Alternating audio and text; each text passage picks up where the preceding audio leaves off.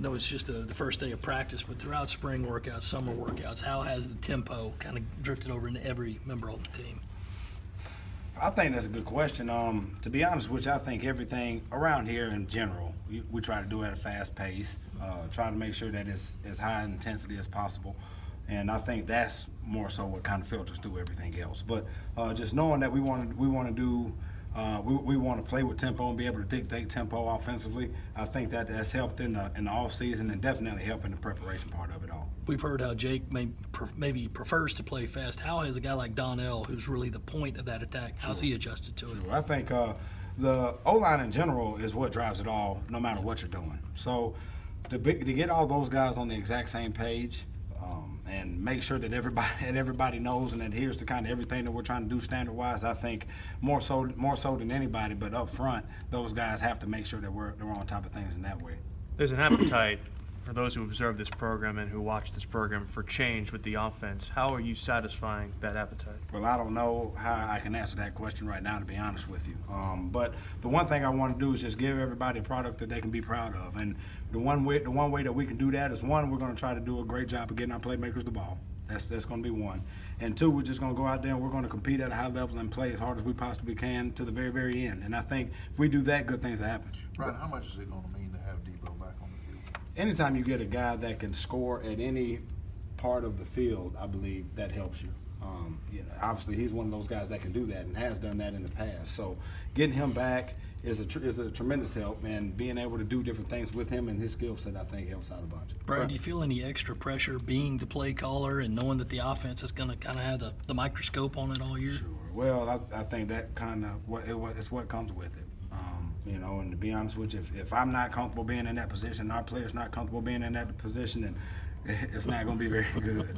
So we can't focus on a bunch of that stuff. The only thing we can focus on really is going out there and being our best that day. And so right now, that's our focus. Bryan, for you personally, what's been the biggest challenge since being named full-time OC? It's just really just making sure that everything, as far as everybody, you're just responsible for everybody. You're responsible for it all. And I believe as long as you communicate well and put everybody on the same page when it comes to stuff, I think that gives you the best chance to win. Just know it's not just me. It's the whole offensive staff. And football is ultimately a team sport. And I think the biggest thing that exemplified that was the bowl game. Defense played well, special teams played well, and they kept us in it where all we had to do was do our part offensively, and we ended up hitting some big shots in that game. And I just think it exemplifies what the sport and what the team is about. And so that's what we got to do. We got to play team ball, and we got to go out there and we got to take advantage of stuff that we can. So that's really all that we can focus on. What are some of the little things that you guys, obviously big picture, you guys want to work on every single thing, but what are some of the things in particular that you want to see the offense drive at? It's a lot, but the main thing is just focusing on today.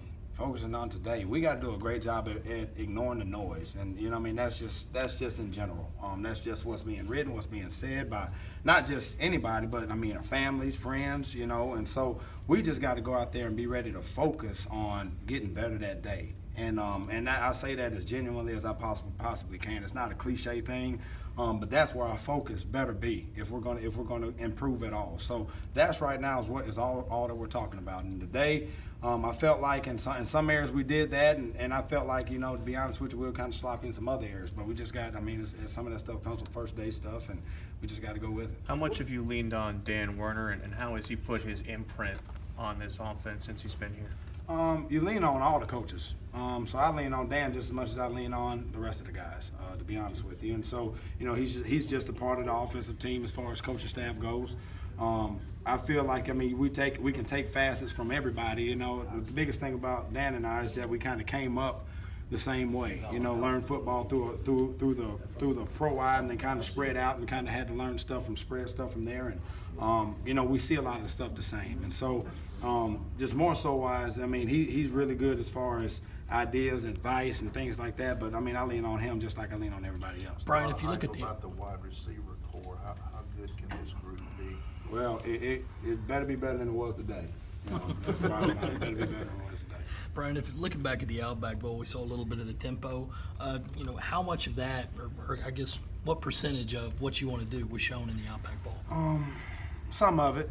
You want to be able to kind of go in and out of it and play the tempo, put the tempo game on our terms. Okay. And so I think it's going to change from game to game. I think you have to have the ability to change from game to game.